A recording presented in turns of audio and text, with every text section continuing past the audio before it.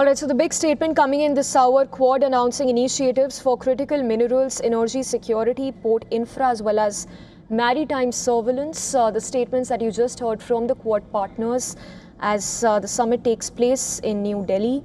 Also quoting the statement coming in from the External Affairs Minister of India, Dr. S. Jaishankar, who says, and I quote that statement, "We have just concluded a very substantive and productive meet of the Quad foreign ministers.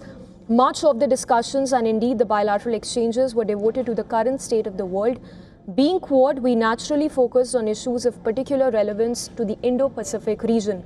That's a statement coming in from the External Affairs Minister. In fact, he goes on to say, because we are four maritime democracies located at different ends of the Indo-Pacific, the exchange of perspectives are an exercise of considerable value.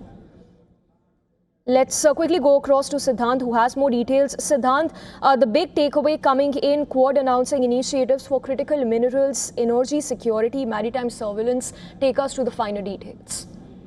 Well, basically, there was an announcement on 4 key initiatives on critical minerals, energy security, port infrastructure of Fiji, and maritime surveillance.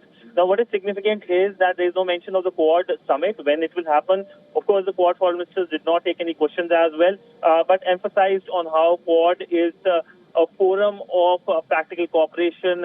Secretary Ruby emphasized on how there is cooperation that is happening. The Australian foreign minister emphasized on as to how there will be focus on countering scam centers in Southeast Asia. The Japanese foreign minister said that he's very fond of the grouping. So there are a lot of outcomes in terms of practical cooperation, but when the summit will happen, there's no mention. There will be elements at official levels, like India will be hosting Quad at Sea engagement. There will be such engagements on fuel in Washington, D.C. So yes, progress continues, engagement continues, and that is where things stand when it comes to Quad.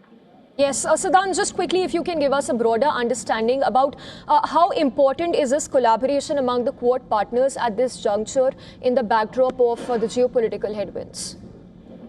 Well, yes, Quad's main aim was cooperation amidst geopolitical uncertainties.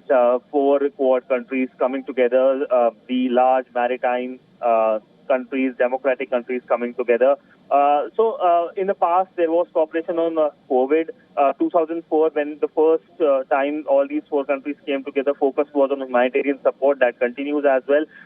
Now we have challenges, and in the backdrop of the crisis in West Asia, started by attack of the Americans on Iran, we know the energy crisis is something that is concerning, and for that, it looks like energy cooperation remains the big focus.